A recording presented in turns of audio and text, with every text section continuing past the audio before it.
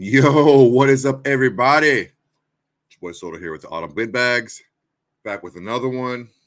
All right, we were a little late this week after 2 weeks being early.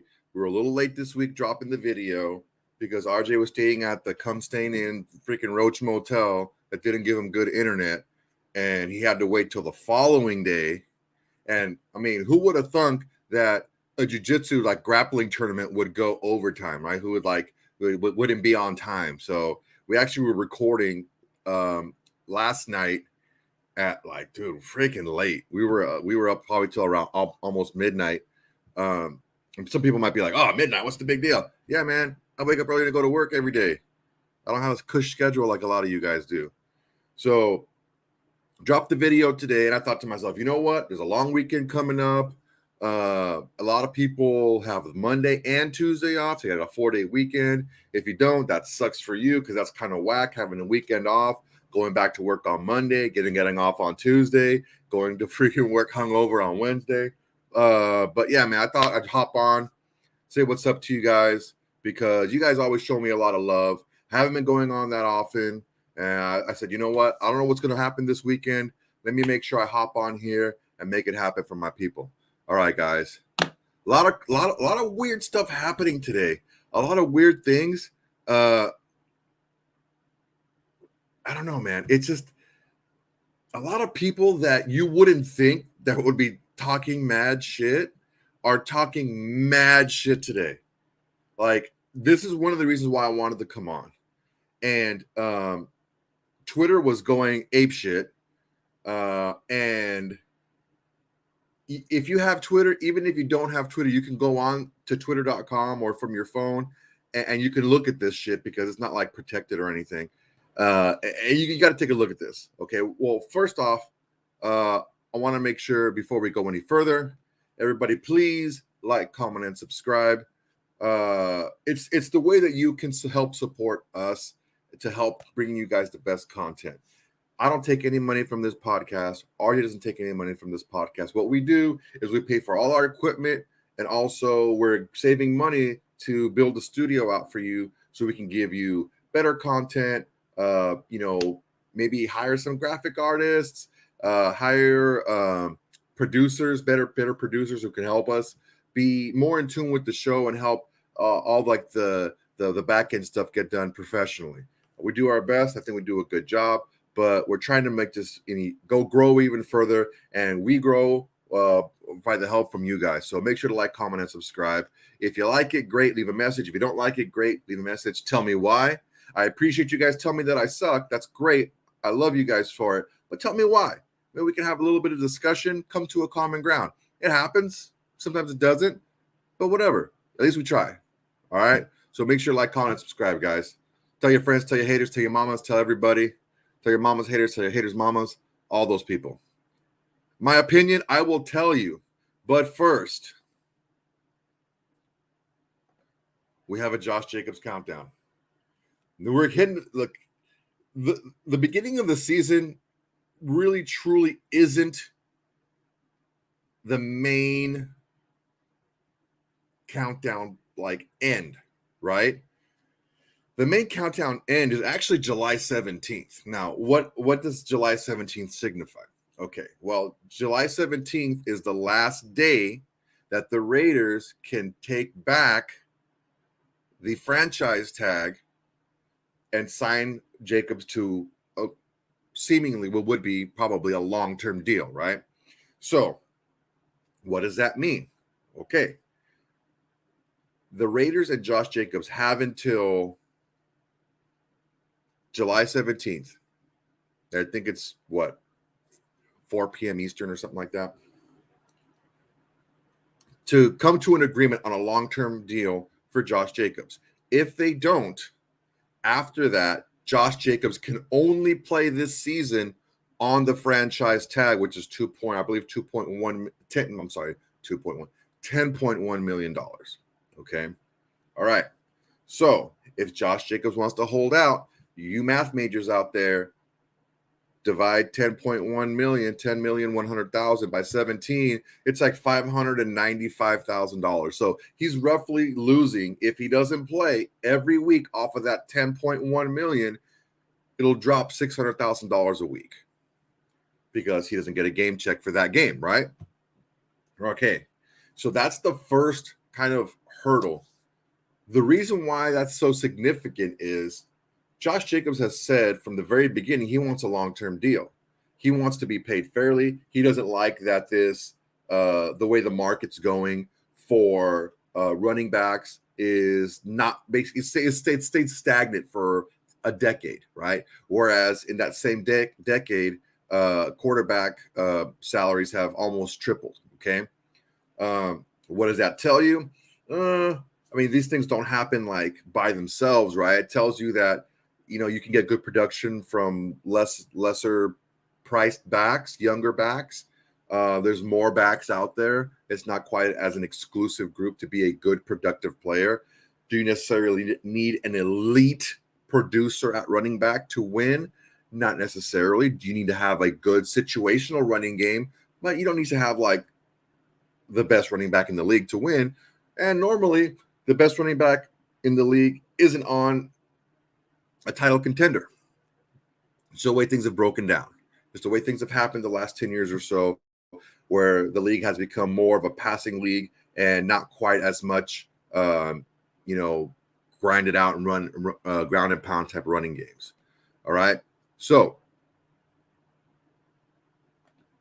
that's why July 17th, it's about 2.5 weeks away. Okay. It's a huge, huge, huge milestone, and the countdown starts. Okay. So, best case scenario, I think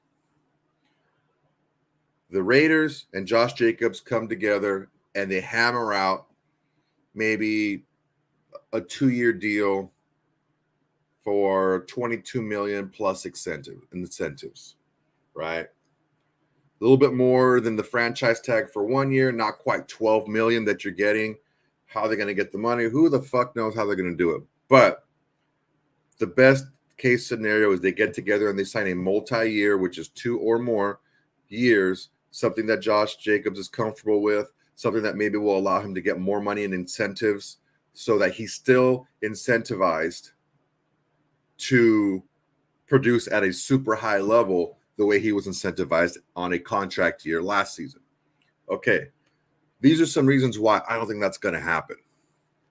Josh Jacobs has not been to any type of mini camp, voluntary OTAs, mandatory mini camps. He went to nothing. Now, since he's not under contract, he doesn't necessarily have to go, right? But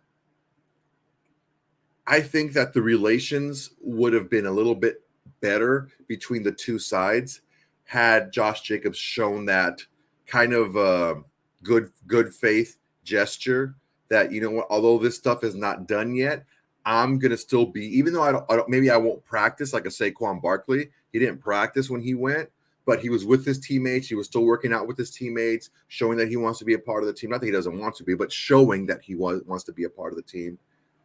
And it's a good faith gesture that maybe the organization of the Raiders can see. Okay, he's trying. He's showing that he wants to be here. Let maybe we can soften a little bit on a couple things here and there. He's taking a pretty hard stance on Twitter, in interviews. He's taking a really hard stance where he is not going to be a part of any team activities. He doesn't want to play on the franchise tag. This all depends on how far Josh Jacobs wants to take it. I don't know that we have the ability to sign Josh Jacobs to too much more than what we're offering him right now, the $10.1 million. Now, that $10.1 million is already going against our cap, even though it's not signed, because it has to be available for us to use should Josh Jacobs sign his franchise tag. So that's already taken off the books. I don't know how much more money, how much more room we can make. I think we're pretty close to our cap already. I think we have a few $1 million here and there to maybe sign a veteran in case of injury or if someone gets cut by another team or whatever. That's usually how things work out. But I'm sure we can probably make something work with a different contract and convert something to a bonus or whatever. But I'm sure it's not like optimal, right, for the Raiders brass to want to do that for a running back. I want to be very clear when I say this. I am not downplaying or even even less disparaging Josh Jacobs as a person or as a player or any of that stuff, as a leader on the team, as an inspiration for his teammates, as a great feel-good story. I mean, dude, Josh Jacobs was homeless in high school. He lived in his dad's car. They lived in a car together, and that's why it was such a great story. As a rookie, Josh Jacobs bought his dad a house. So he's a great guy, man. He's a Raider tattoo on his body. He has Raider ink on his body. He wants to be a Raider. But the problem is, where do you draw that line between the player and the organization, right? I've always felt like the organization comes first. What's best for the organization? Players during their playing career come and go. Ken Stabler got traded when Jim Plunkett came in, right? Tom Flores got traded. He got traded away, or he got released, or whatever.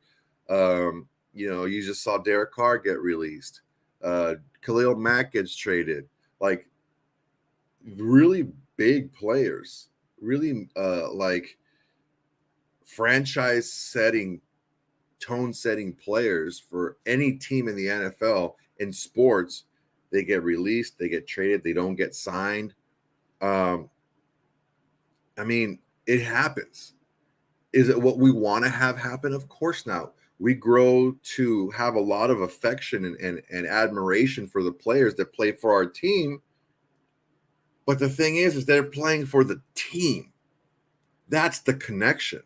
And I think a lot of us are losing sight of that we're putting so much on the player, where it was the team that brought that player into your focus, right? So it's all about the team. What's best for the team? Do I think it's going to happen? Honestly, I'm not too optimistic,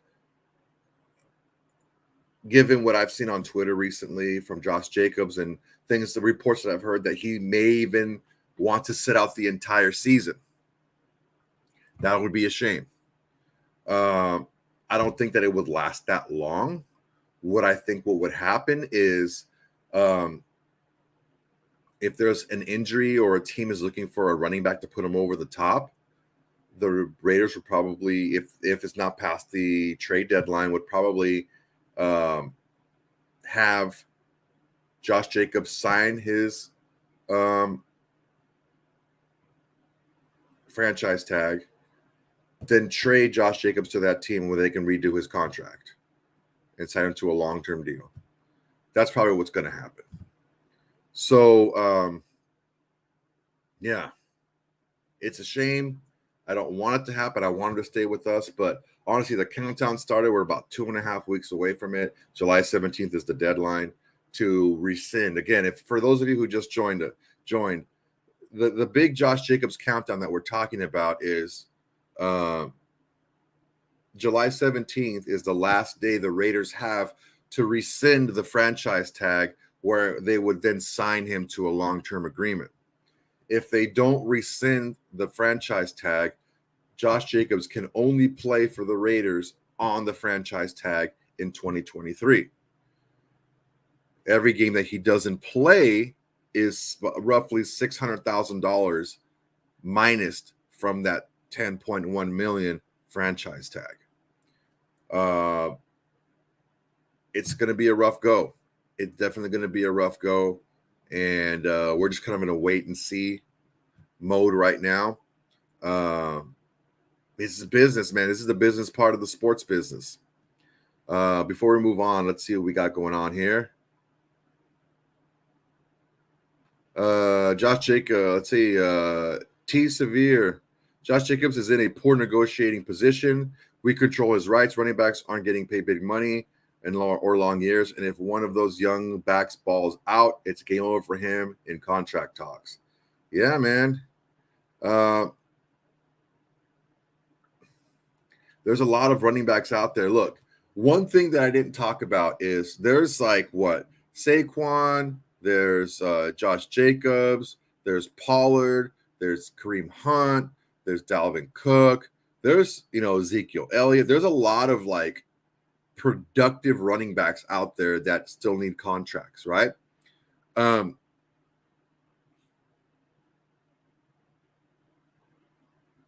Probably the most surprising cut out of all of them was Dalvin Cook. Okay, Dalvin Cook. Let's say Dalvin Cook in the next. Well, look, dude. Before we go any further, veterans in the NFL do not like fucking training camp. Okay, so if a Dalvin Cook can wait till like maybe a couple of weeks before the start of the season to sign, I think he'll do that. Just because he doesn't want to be out there in the heat. He can running backs can come into a game plan and learn the plays fairly quickly. They're not that different. It's just a different like running lanes and what you're looking for. He does have to get used to his lineman a little bit and learn maybe some of the protection stuff. But it's running back are some of the guys that can come in to the league balling, right?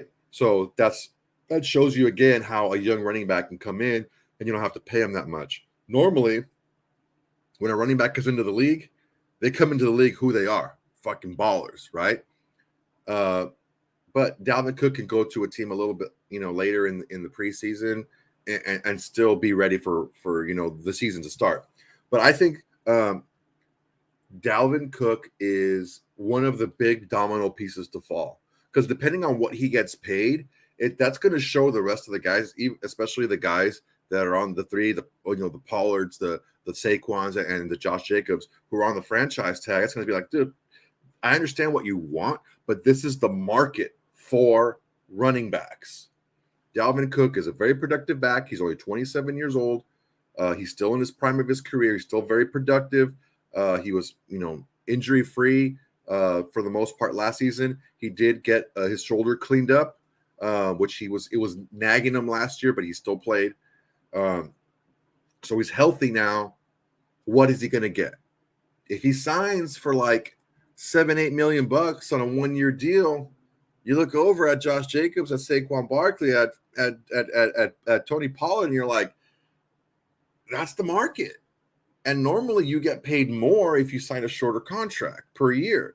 So you sign a 2-3 year deal, you're not looking at 30 million, 35 million bucks for 3 years. It's just not going to happen. Let's see. Anthony Provencio says, if you're telling me right now the Raiders can trade Jacobs for a second round pick and sign Dalvin Cook for 2 years, I'm doing it. Honestly, I'd do that too. I would get Cook. I would get I don't know why your shit's not coming down. There we go. Cook, freaking Kareem Hunt. I would sign if he's cheap, because then you have a couple of productive backs. Zeus White showed us a little bit. Also, you have Kareem Hunt who showed the ability to be productive. He played behind Nick Chubb. He being Kareem Hunt. Pronouns, pal. Nick Chubb, who is one of the top 2-3 running backs in the league. So just the fact that he was behind Nick Chubb doesn't mean that he's no good. He just happened to be behind one of the best running backs in the league. And he was still productive, Kareem Hunt was, when he played. So either one of those, man, look, I get what's going on here. I get the allegiance that we have to these players, but you got to think. You got to think about what's the most important thing. The most important thing, we always talk about this. It's a team sport. It's not about the individual player. It's about the team. What's best for the team is what's best for the team to spend that much more money, again, more on offense, on a position that the league has shown you don't have to spend a lot of money on to be productive at. I don't think that we do it, man. I really don't. It sucks, man. it's hard to swallow for me because I don't want to see him go because I think he is a special player. But even with Josh Jacobs taking all those carries last year and having all those yards, we were in the middle of the pack in the league in rushing. So it wasn't like with him we were the best rushing team in the league. It doesn't work that way. There's a lot of things going against it. Anthony Prevencio, Christian McCaffrey's cap hit this year is $12 million. I think it's $12.5 million. It's a business decision. It's not personal. Yeah. So moving right along. Okay. I respect this man who I'm going to talk about right now. I respect him quite a bit.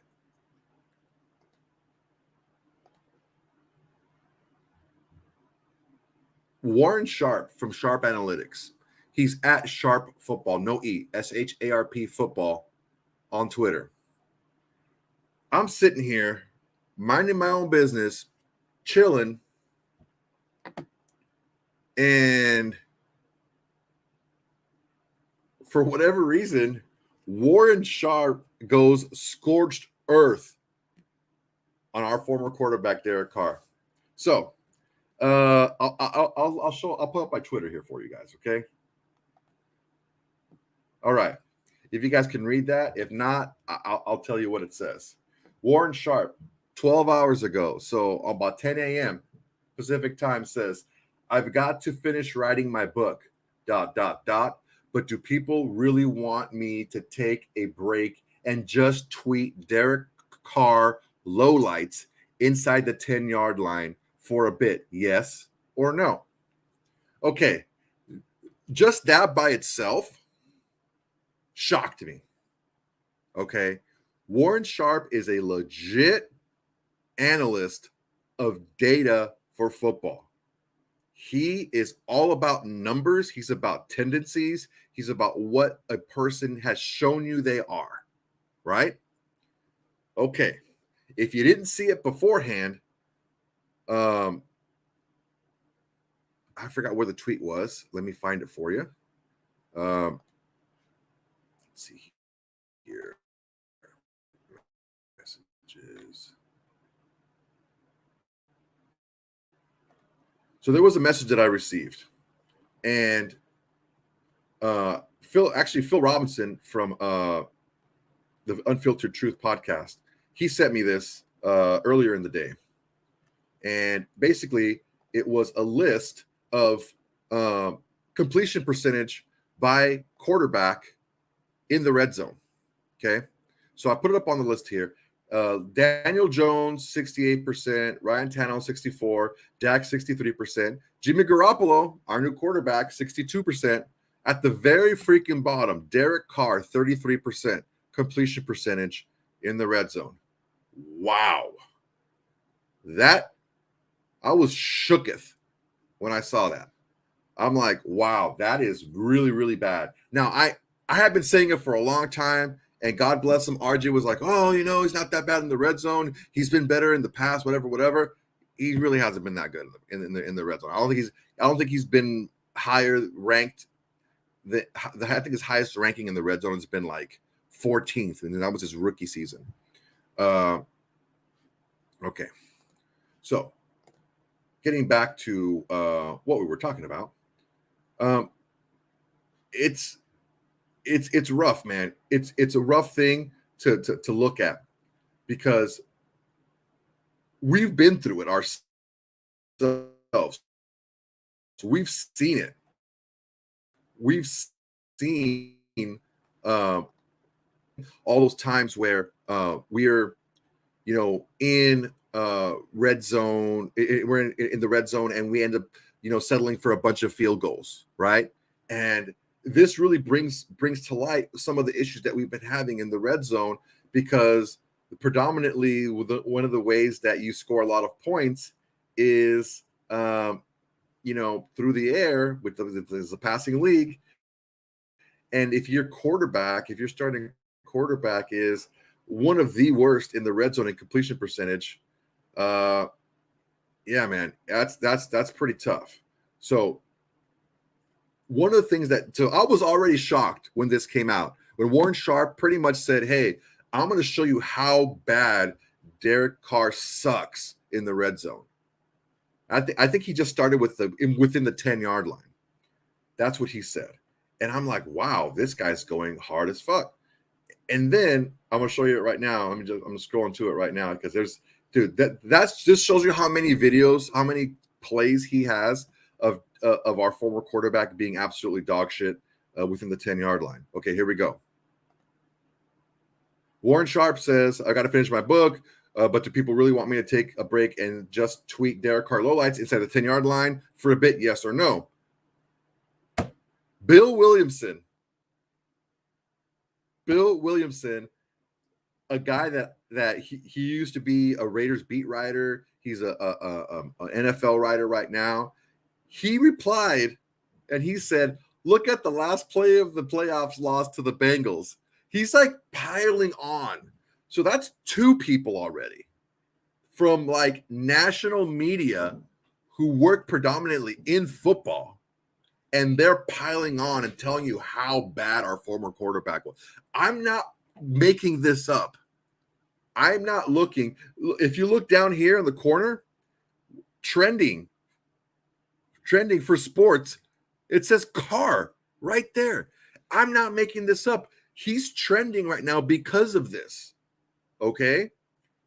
Warren Sharp then a few minutes later says, "Okay, now this is genius on his part. If 5 of you buy the book in the next 15 minutes, I'll take an hour and pull clip after clip of Derek Carr being terrible inside the 10-yard line the last few years." He took video from the last 3 seasons. Okay. This tells me that Warren Sharp has had that shit in the chamber for a while, looking to unleash. This is things that a lot of us already know about our former quarterback, how terrible he was in the red zone, let alone inside the 10. Link to make it happen. Obviously, it happened. We scrolled on a little bit more, and it says here, "Okay, the people have spoken. Time to get to work on Derek Carr, and Derek Carr only for the next hour. Be back soon."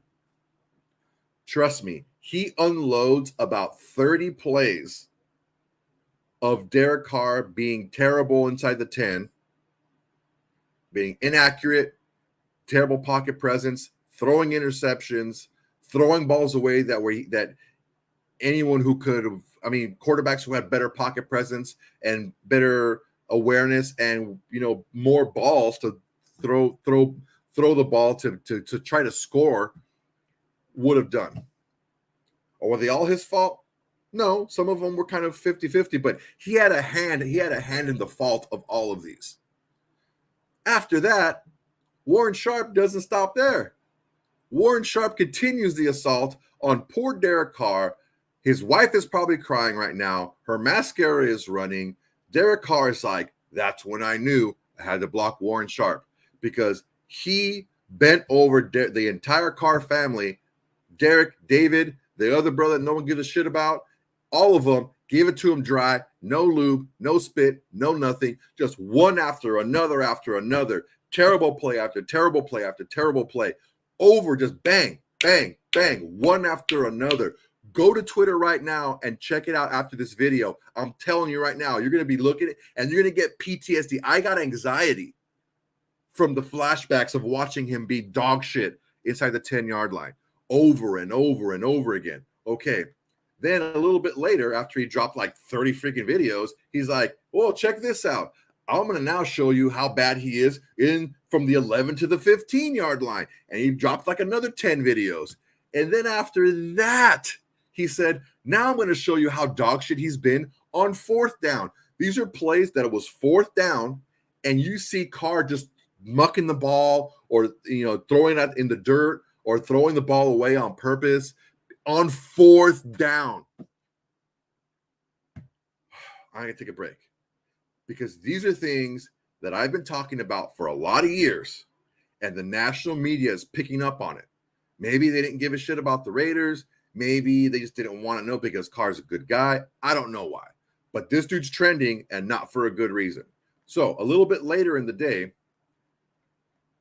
Mr. Warren Sharp pops up and he says, where is it? It's coming up. He says this.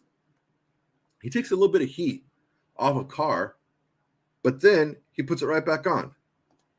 He says, 10 hours ago, so 2 hours after he dropped all those videos, he says, I cannot emphasize these aren't all of them. These aren't all of the bad plays he's had. There's been more.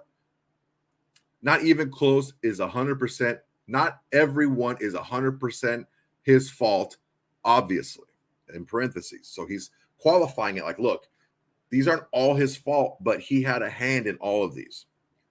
The last 2 years, inside of the 10-yard line, Derek Carr ranks. You guys ready for this? Dead last in completion percentage. Dead last in yards per attempt.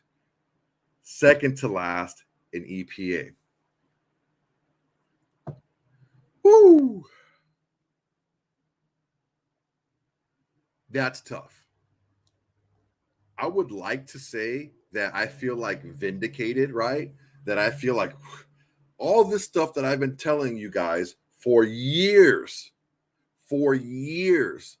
about our former quarterback, and nobody wanted to listen. Well, I want to say nobody. A lot of people didn't want to listen.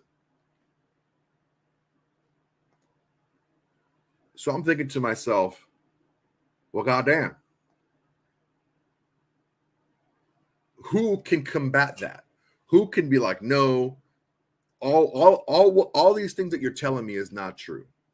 There is still people on Twitter defending every single one of these plays and giving reasons and excuses why it's not his fault. And I'm just sitting there, and I actually responded to a couple of them, and then I had to stop. I'm like, dude, I can't do this anymore. I value my sanity far too much to be going down the rabbit hole with these people who are obviously delusional.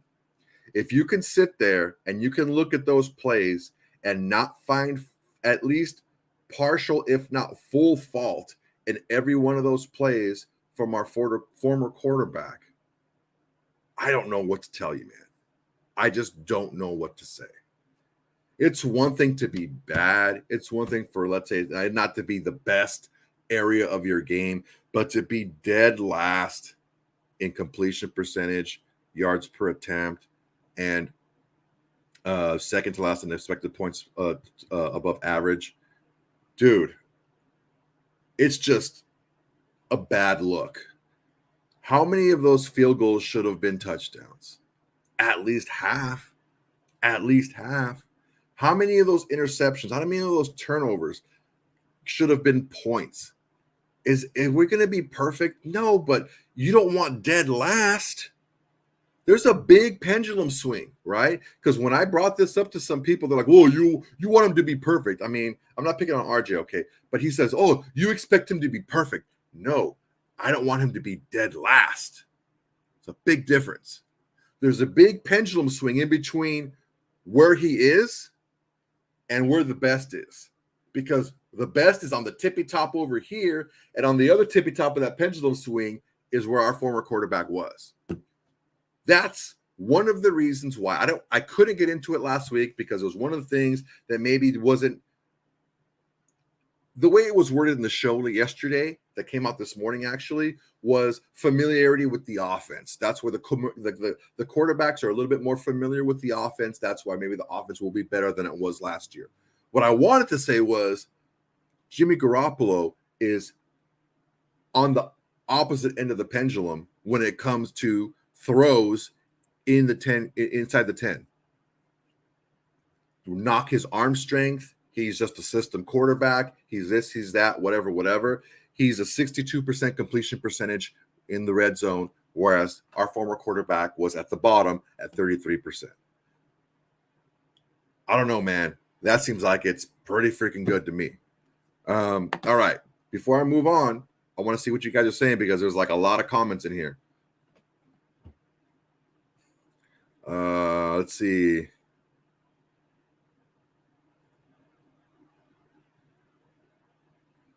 Casper, actually, I brought this up and I was kind of like poo-pooed, so I'm glad you said it. Every quarterback to start under Shanahan on the Niners has gotten hurt. Sounds more like a system or conditioning problem or both, not a Jimmy G problem. Yes. Honestly, I brought that up myself. I said, dude, every single quarterback that has played for the Niners in the last 5 years has gotten hurt and missed time. Now, I'm not talking about gotten hurt. Oh, and I pulled out my hammy's a little tight, and I got to miss a couple games. I'm talking like was injured in during a play and missed multiple games. So what does that mean? Well, you take a look at a team like the Ravens, who have a similar issue of running backs being hurt, and they were actually called out by one of their own. A former Baltimore Raven called the Ravens out for something very similar. I don't know, man. No team is immune from the injury bug, right? Every team has injuries, but when every single one of your quarterbacks gets hurt, I don't know, man. It could be an organizational thing. It could be a rehab thing. Who knows? But God damn it, hope it doesn't happen to us. Let's see here. What else we got in here?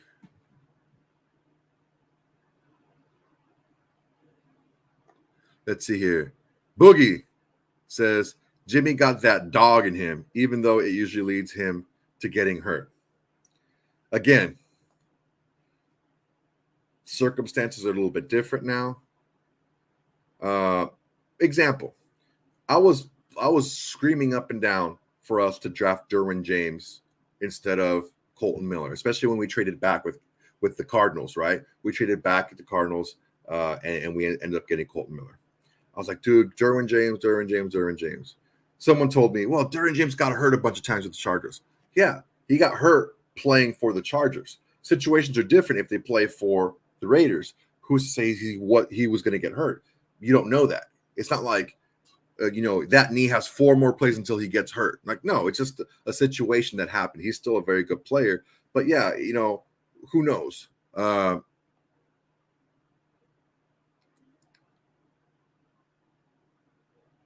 Let's see here. Reese Rock. Let's see what Reese Rock has to say. I like your name. Only player that got that don't from the crowd. Car running to right pylon versus small Chargers. The whole crowd and myself were yelling no, but Ingold got just enough of the block. Oh, I was like when he ran in for a touchdown. I see what you're saying. James Stewart. How can they still defend him on those plays? It's just insane. Yeah, man, it's weird. It's definitely really weird. Let's see here. No, Colton Miller's been very good, but I'm just saying that I wanted Derwin James at the time. I wanted Derwin James, and Derwin James has been an All-Pro this season. I don't think Colton Miller's been an All-Pro. All right. So we talked about Josh Jacobs. We talked about Warren Sharp just going ape shit ham on Derek Carr. Like, bro, I don't know if Derek Carr owes him money. I don't know if he got a sex tape on him and this is his revenge. I don't know what the hell is going on. But for whatever reason, Warren Sharp decided to go full dry fist on Derek Carr all day today. And it got Derek Carr trending. Twitter blew up. My shit was just going bang, bang, bang. I appreciate a lot of you guys. Look, man, follow me on Twitter. That's my handle. At Mr. Wonderful with 2 L's 42. Mr. Wonderful with 2 L's 42. And that's my Twitter handle. Follow me on Twitter and send me shit. I'll respond to you. Okay? London Raider, I respond to him. JCP, I respond to him. Bob Rutherford, I respond to him. I'm sorry if I'm forgetting anybody, but dude, I respond to you guys. You guys send me stuff. There's Bob right there. You guys send me stuff, and I'm doing things. You maybe you guys help me out and send me shit. I'll talk about it. I'll give you guys credit on the show or on my lives, or I'll tweet it out and I'll give you guys credit for it. But the main thing is this: just be real, man. Just be real. I understand that you may like a certain player or a certain this, and we talked about it twice now with Jacobs and with our former quarterback. It's all about the shield, man. It's about the name on the front, not the name on the back, because they don't say this person won a Super Bowl. They say this team won a Super Bowl, and that's what we want, the Raiders to win a Super Bowl. Okay, here we go. I was really thinking about this, and I hope you guys can just stay with me, okay? Stay with me. I honestly do have a new found appreciation for our former quarterback. Now, in order to fully explain what I'm trying to say here, we got to go with a little bit of story time. So please just bear with me, okay? It'll all make sense. It'll be worth it. Back in the mid-90s, okay, in professional wrestling, there were two professional wrestlers. One was named Bret the Hitman Hart. The other one was named Stone Cold Steve Austin. I think it was like 96. They were in a feud where they were battling back and forth, and they were like every single week. If Stone Cold was wrestling one guy, Bret Hart would come in and beat him up, and whatever shit would just be thrown out. If Bret Hart was wrestling someone else, Stone Cold would come in and beat his ass, right? So they were like continuing the rivalry, even though they weren't fighting each other, right? Okay. After a while, Bret Hart started claiming the truths, saying, man, I'm getting screwed out of all these matches. I'm getting beat up by Stone Cold, and he's jumping me in the back, and no one's doing anything about it. So what does Stone Cold do? He starts saying, you're a whiny crybaby. You're a little bitch. If you put S in front of Hitman, that's what I think about you. Look, what that did was, for the backers, the true fans of Bret Hitman Hart, it made them love him even more because he was right. He was getting screwed over. He did lose championship opportunities. He did lose matches, and no one was doing anything about it.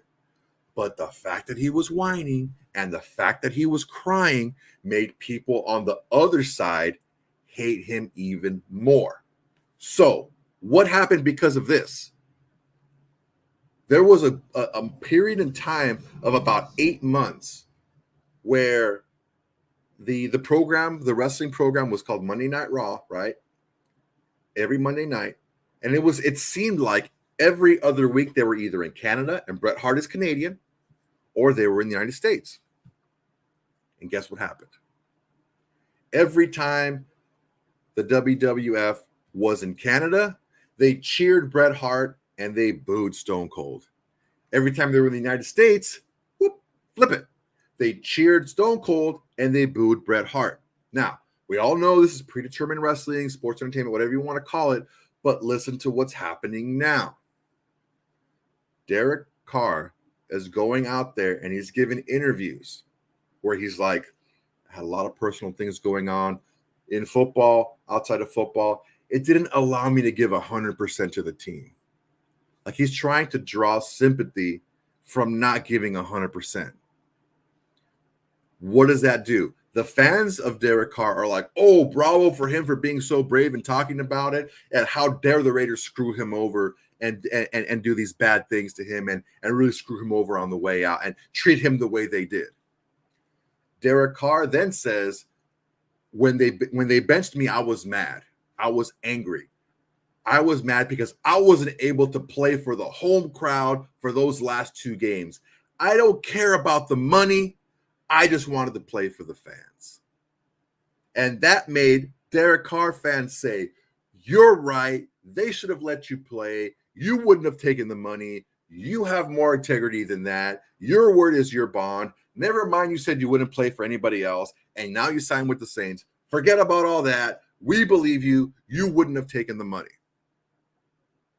Whereas everyone else on the other side of the coin, the Stone Cold side, we're like, are you a child? Are you a little kid? Do you understand you have a binding contract, a legal binding contract, that if you were to got injured the last 2 weeks of the year, you would a $40 million contract would have been kicked in? Wow. Nobody from the freaking Derek Carr, Bret Hart side wanted to hear that shit. Then, just the most asinine thing came out the other day. I think it was yesterday or the day before, where Derek Carr said, this one, I'm going to try to keep a straight face. He said, when they made my wife cry, that's when I knew it was time to move on. And Bob Rutherford, Big Bob, he said, does she know how many times her husband made us cry? And I echo that sentiment. Okay, let me poke some holes in this shit, okay? First off, I think he knew it was over when he threw that pick in Pittsburgh. I think he knew it was over then. But for him to insinuate that, for Derek Carr to insinuate that him moving on from the Raiders was any of his choice or his idea or his doing is complete and utter stinking 3-day-old stepped on dog shit.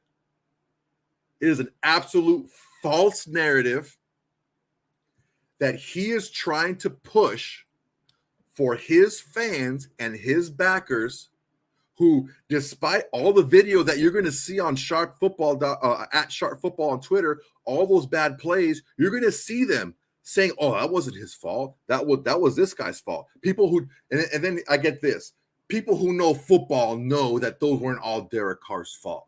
Fuck you and your fucking mom too. Fuck all that. We know football. We watch football. We see with our goddamn eyes, right? Okay. Derek Carr's going to go ahead and say some asinine shit like, the team didn't get 100% of me.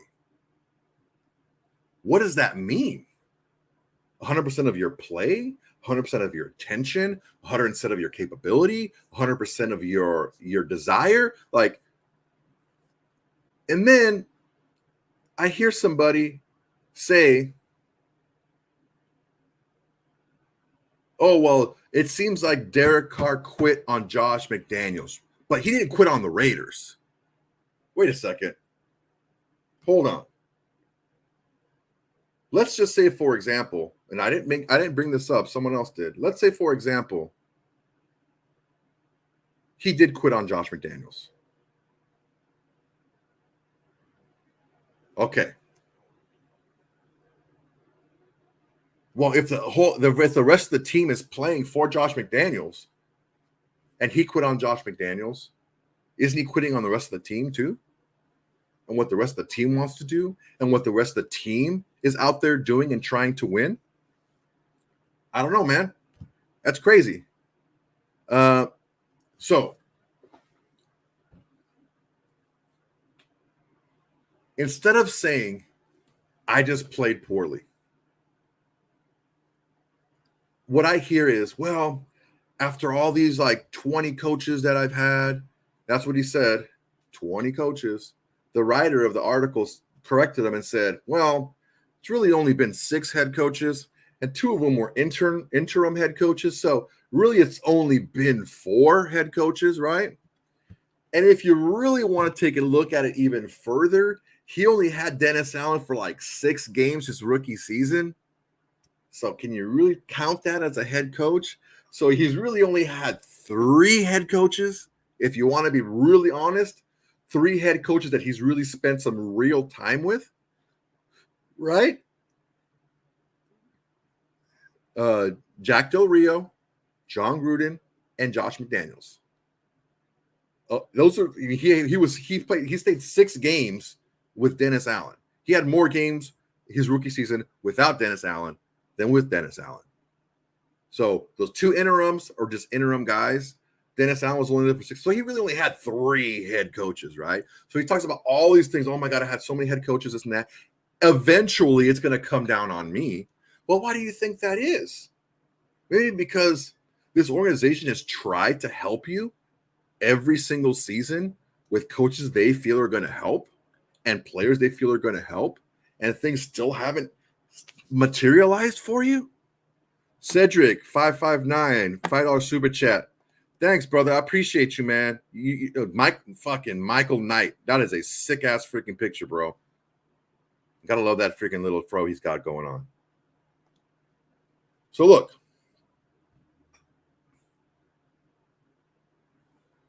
the thing that really irks me is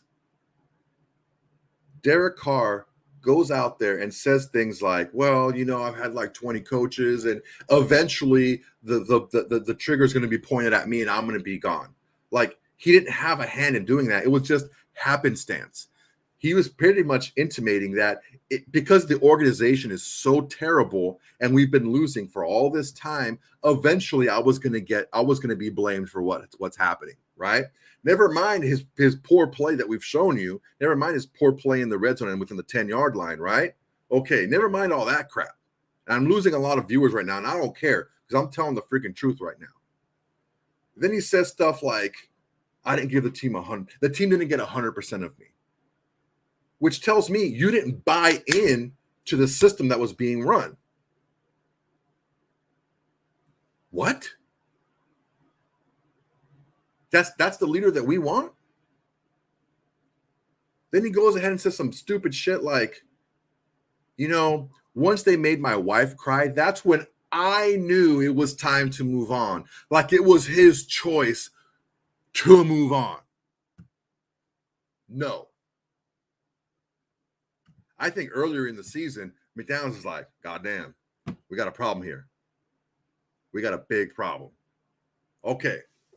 Now, this is why I'm coming to my point right here, right now. This is why I'm telling you right now, I don't feel he's doing this on purpose. I don't think he's that smart. I think he's more of an egomaniac than this. But he might be, because what he's doing right now is making his fan base even stronger. It's solidifying his fan base even stronger, and it's dividing Raider Nation even more. Derek Carr has gone full wrestling heel mode, and it's beautiful to watch. It is absolutely beautiful to watch because he has embraced being the virtuous good guy who is actually the bad guy. And that is the best thing that I have seen play out in real life in such a long time. It's great. I'm looking at it and I'm thinking to myself, wow. I thought back to that angle between Stone Cold and Bret Hart, where Bret Hart wasn't lying. He was telling the truth. Maybe Carr is telling the truth. Is Carr telling the truth that after so many coaches, the quarterback is next? Yeah, that's the truth, but he's not telling why, right? Okay. Did his wife cry? Yeah. Did the Raiders make his wife cry? Maybe, maybe not. Did the Raiders do what they were supposed to do and the right thing to do for the Raiders? And because of that, his wife was upset and she started crying? Yeah, but he's painting it as the Raiders made my wife cry. Was it Derek Carr's choice to move on from the Raiders as some, in some show of like chivalry? I'm going to stick up for my wife and I can't be a part of an organization that makes my wife cry? That's completely false.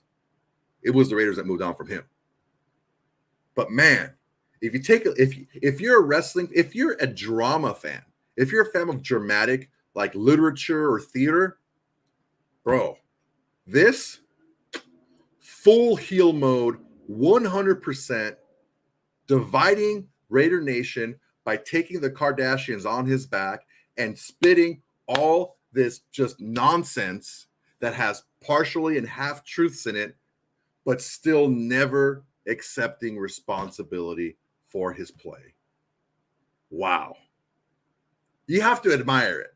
You really do have to admire it Because honestly, I have never seen anything like this play out that wasn't scripted. Maybe it is scripted for him and his camp scripts it like that because he's very scripted anyway, right? When it comes to his press conferences and things like that. But man, when I sat back, and I apologize if I bored some of you with the wrestling talk, but I had to lay out the groundwork for it. But wow, I look back and I'm like, man, full heel mode.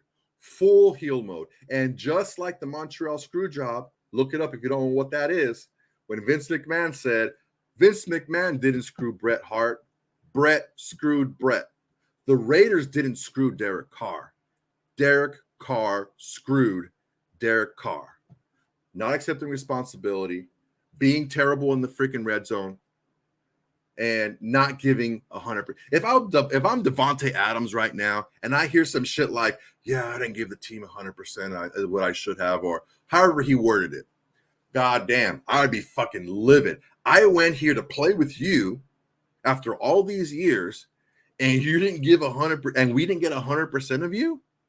Come on, man. Look, guys.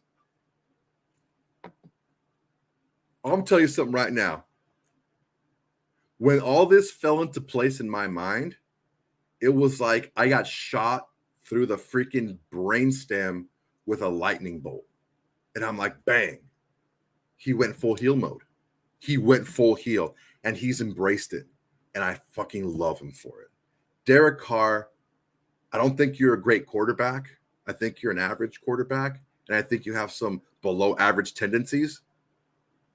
But goddamn, what you're doing right now, leaking little pieces of information in every single interview. Because look, this is a conversation that I had on Twitter with a lot of guys.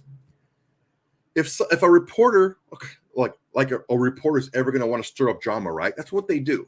If a reporter asks you a question about the Raiders, you don't have to answer it.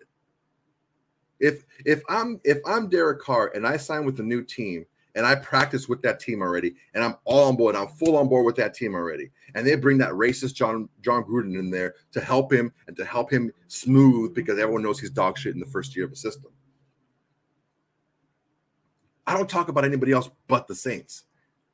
Example, I'll play both parts. This is going to be a scene where a reporter asks a quarterback a question about his former team.